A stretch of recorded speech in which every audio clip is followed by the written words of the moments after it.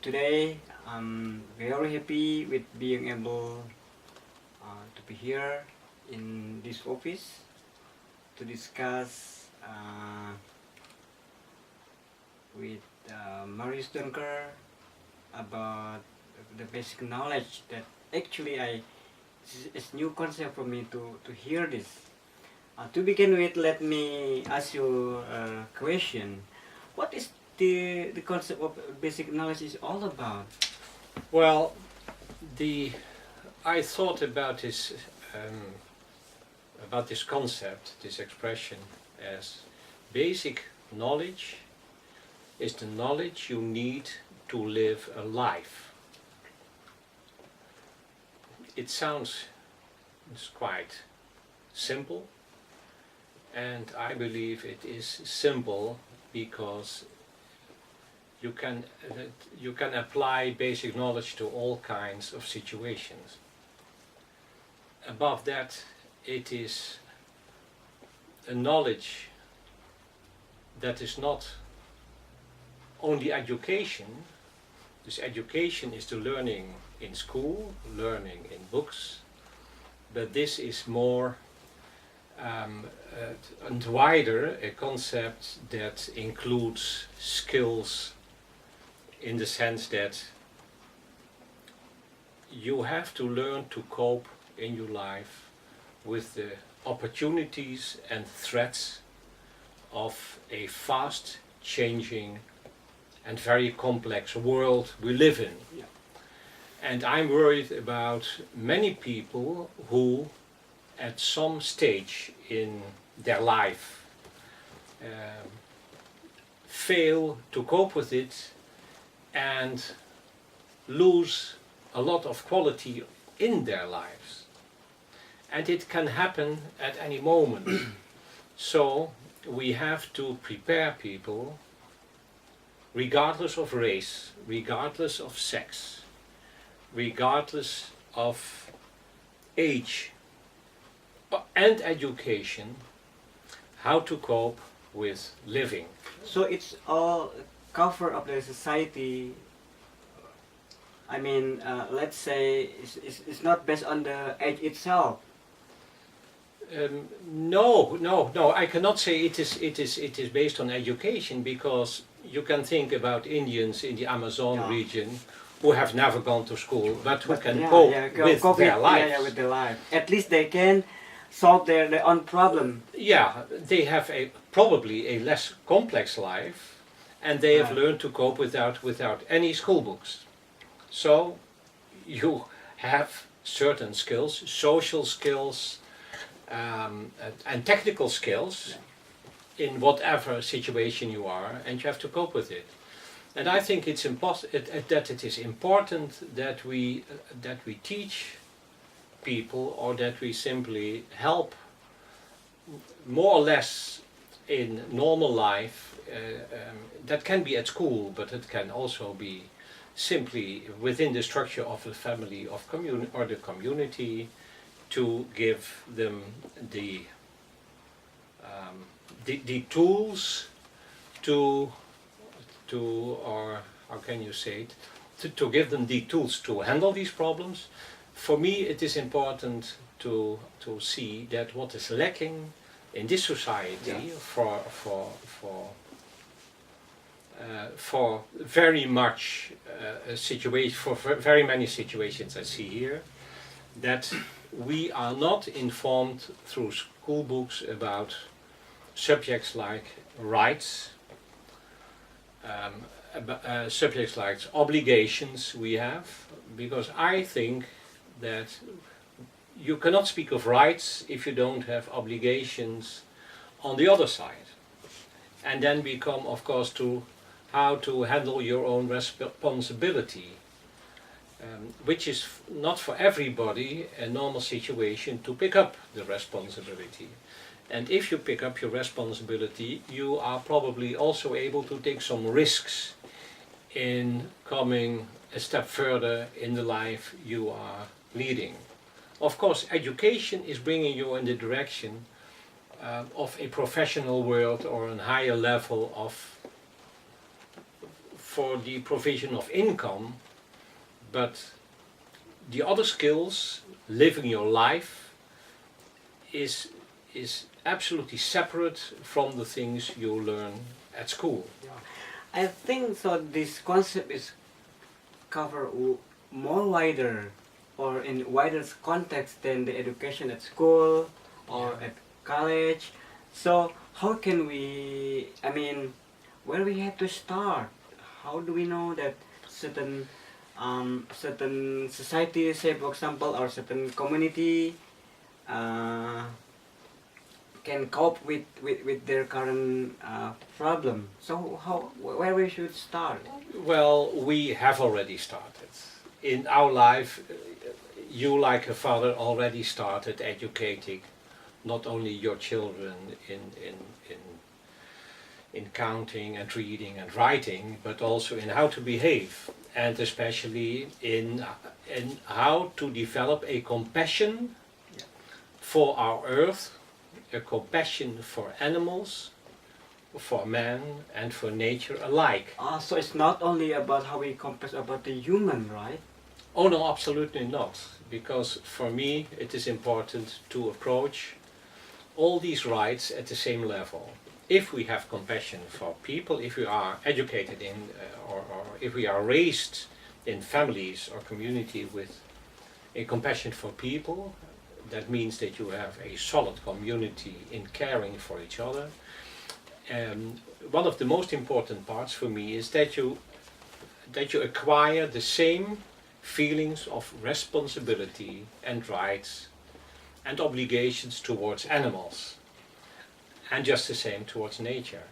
It is a sorry thing that what I see that happens to the world is that where animals in the evolution always adapted to their surroundings and nature, we are the only species, and it is a sorry thing that is not adapting to our surroundings and nature, but we are constantly adapting the surroundings and nature to us, to our needs. Not others' need. For example, not for animal need. No, not for our own needs. And that is very often the wrong way to go, as we see how we first are more estranged in our relations to animals and nature, and in the other way how we see how we lose this contact with everything that lives. We are losing, we don't see we don't see enough how we can adapt to the requirements of the people and the community and the economical structure. It is a matter of social contact. We are living in a public area where the public causes of, for instance, this bankruptcy, stress in the family, divorce or death will lead to a total collapse of a personal life. So, as far as I see, we should all focus a bit wider than education in terms of school education alone. It should be a wider effort for all of us to not lose sight of the development of people in being or becoming a guardian of our earth instead of one of the destructors of our earth. So considering its advantages to create a more peaceful society, I believe, with this concept, but how can we implement it in the community, for example, or in school, or even in a smaller context in the family, such context?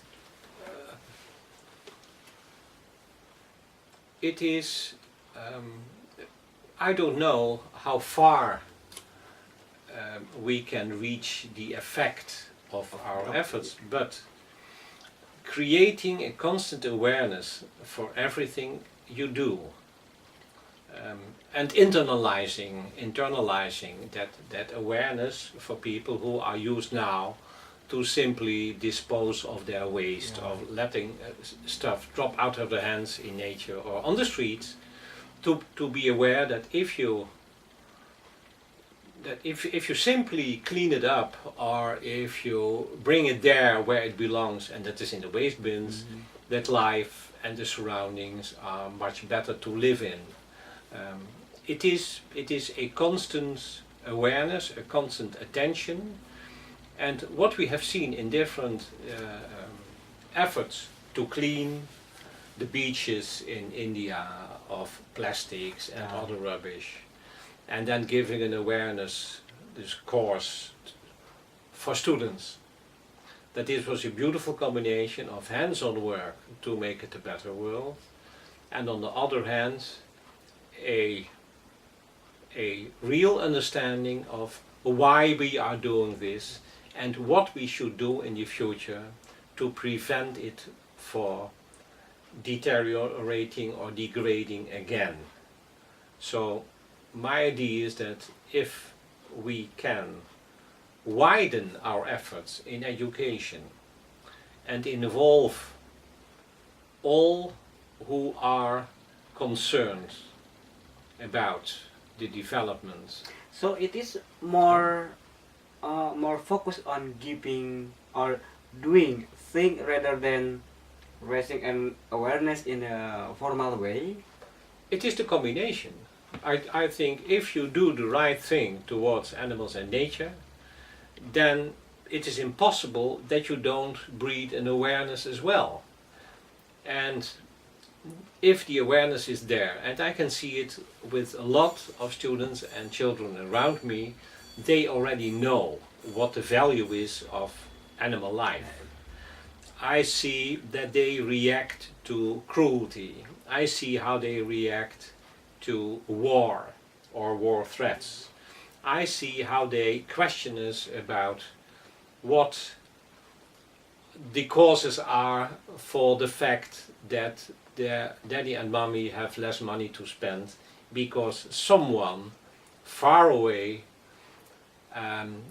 evoked a recession that drove their parents out of their home. These smaller or bigger disasters are moments of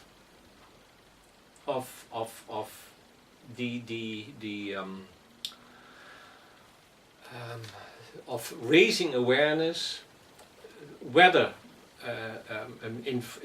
started by the parents, or raising awareness by the children by questioning why they see their surroundings and their situations change for the better, or at this moment more for the worse.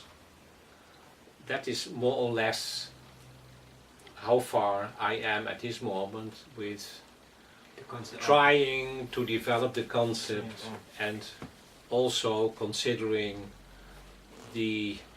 of course the restrictions in what we can do, but also the opportunities for what we could do.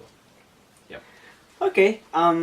So from now on, we know what is the concept of basic knowledge all about, and how it contributes for a better society. At least let me try to summarize it in the fact that basic knowledge is the knowledge you need to live a life, and with that I mean that you have a fulfilled life with a quality that cannot as easily be harmed as it is harmed under the circumstances that you don't have this basic knowledge. Okay, thank you very much. It's such pleasure to talk about the basic knowledge. Thank you. You're welcome.